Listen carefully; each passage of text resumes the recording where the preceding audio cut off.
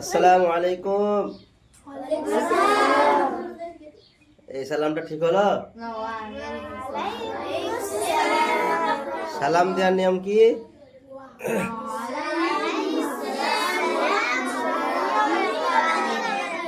ওটা তো উত্তর হলো। সালাম যেটা দিলাম আমি ওটা সম্পূর্ণ সালাম হয়নি। সালাম দিতে হবে কিরকম? আসসালামু আলাইকুম ওয়া রাহমাতুল্লাহি ওয়া বারাকাতুহু। এর উত্তরে কি হবে?